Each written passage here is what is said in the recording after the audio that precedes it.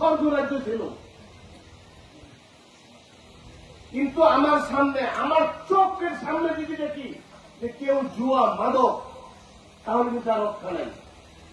হয়তো বা আমার অজানা সত্ত্বে অপরাধ করতে পারে, আমি জানার পর কিন্তু সে করতে পারবে না, আমি দিব না। আমি বলতে গেলে সত্যি কথা একটা কথা বলি, আজকে আমি একা আপনাদের নাগরিকের লড়াই করে যাচ্ছি, আমি একা। আরো যারা বিভিন্ন অফিসার আছে, অনেকের নির্ধারিত সময়ের আগে ডিউটি শেষ, এখন বাজে 6টা, রাত 3টা পর্যন্ত আমাকে পাবেন, একটা না, সকাল থেকে রাত 3টা পর্যন্ত আমি আছি। বিভিন্ন জায়গায় দেখেন আমি যাই, আমি এই কাছে তহল, এই রাস্তায় কিন্তু আমি রাতের তহল দিয়ে কিছুদিন আছি, এই মসজিদ পাড়িয়া এই পর্যন্ত আছি আমি রাত্রে। কিন্তু আমরা তো চাকরি করি, আমি তো সরকারি বেতন যাচ্ছি।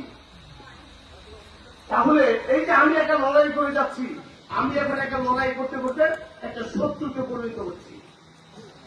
তথাপিও যদি আপনারা যারা সাধারণ জনগণ আছেন, আপনারা যদি আমার পাশে থাকেন, ওই হাতের মাথা সাহায্য করতে আমার জন্য কিছু না। আমি যতদিন এই নাগরপুরে থাকবো, মাদক থাকবে না, মাদক রাখবো না, একবার নির্মূল করতে পারবো না। আপনি ইতিমধ্যে ফল দেখেছেন, আমি তো মাদক ধরতেছি, মাদক পড়ে গিয়ে পর্যন্ত আমি ঘুরতেছি রাত্রে। সামনে দুর্গা পূজা, সবাই সবাইকে সহযোগিতা করবেন, আমাদেরকে সহযোগিতা করবেন। গোপনে যারা মাদক কারবারি আছে, আমাকে গোপনে লিস্ট দেন। যদি কোনোভাবে ধরাই দিতে পারেন গোপনে, আপনার নাম আমরা জীবনে প্রকাশ করব না। এই সহযোগিতা করেন, কারণ সেই নাগরপুর থেকে এই ভিতর প্রত্যন্ত গ্রামে আসা আমার জন্য অনেক কষ্ট, এই খোঁজ নেওয়া কষ্ট। যদি একজন ফোন করে বলেন কাঁচাতহ প্রাইমারি স্কুল মাঠে একটি নির্বাচনের ভিতরে তো ইয়াবা থাকছে, আমি এসে কি পাবো?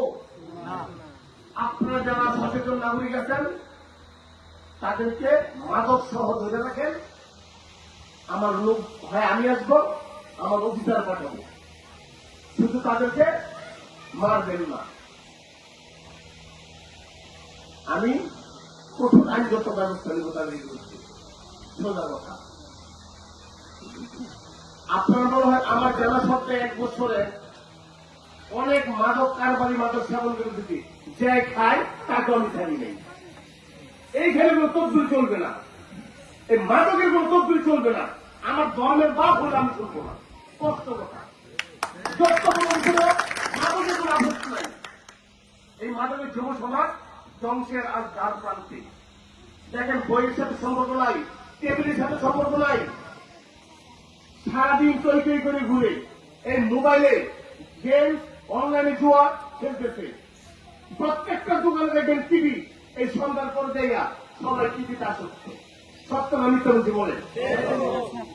এই কারণে যারা যুব সমাজ আছেন, আলোর পথে ফিরে আসুন। আজকে আপনারা মনে করতেছেন বড় ভাই, ইমুক ভাই, তুমুক ভাই, সিমুক ভাই আজকে অপরাধ করেন, আমি থানায় ধরে নিয়ে যাই, কোন ইমুক ভাই তমুক ভাই কেউ যাবে না। প্রমাণ করে দেখেন, কেউ যাবে না। গেল আমি ছাড়বো না। এই কারণে আপনি বিপদে পড়লে আপনার পরিবারের লোক, আপনার বাপ কাছে দাঁড়াই যাবে। এছাড়া এই যে যাদের সাথে সঙ্গ দিচ্ছেন, সারাদিন বুকে বুক মিলাইয়া থাকতেছেন, তার না দেখলে পরনটা কান্দে, তাও কিন্তু যাবে না। আজকে আপনার বাপ্পার কথা শুনতেছেন না, হয়তো যেখানে বাপটাকে মারতেছেন, সেই বাপ মাই আপনার জন্য যাইয়া আমার হাতে পায়ে ধরবে। এই কারণে যুব সমাজ যারা আছেন, অনুরোধ করে বলতে চাই, আপনারা যদি কোনো ভুল করে থাকেন, সেই ভুল সূত্রে পরিবারে ফিরে আসুন, আপনাদের জীবনটা গড়ুন, আলোর পথে ফিরে আসুন, ভালো হবে। একদিন আমার এই কথাগুলো স্মরণ করবেন যে অফিসার একজন ছিল, এই কথাগুলো আমাদের কাঁচাদহ প্রাইমারি স্কুল মাঠে বলেছিল। তো সময় সংকীর্ণ, আজান সন্নি করে আমি সকাল 10টায় পোশাক করছি, 10টার আগে 9:30টায় এখনো আছি। এখন রাত 9টা বাজে, বুঝে তাহলে আমি কতটুকু আপনাদের জন্য কষ্ট করছি।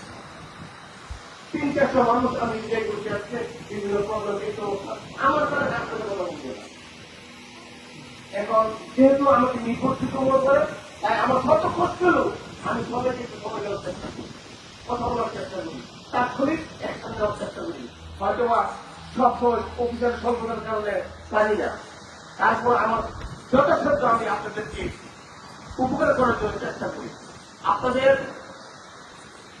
যে কোনো সমস্যা আপনারা নিজে চলে যান, আপনার সমস্যা বললেন আপনি নিজে চলে যাবেন আমার কাছে, কোন প্রভাবশালী লোক মাধ্যমে আমার এইখানে যাইতে হবে না। আপনাকে আপনি সমস্যা করছেন আপনি নিজে আমার এইখানে চলে যাবেন।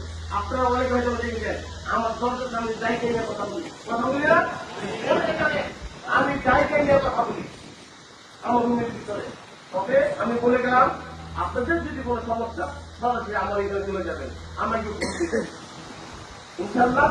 আপনারা কষ্ট করে সিচুয়েশন বসে আছেন, আপনাদের সকলের উপস্থিতিদের প্রতি আমার সালাম আবারও, এবং আপনাদের সকলের দীর্ঘায়ু এবং পরিবারের পরিজন নিয়ে ভালো থাকেন। সবাই সবাইকে সহযোগিতা করুন। ছোটখাটো বিষয় নিয়ে ঝগড়ায় লিপ্ত হবেন না, ছোটখাটো বিষয়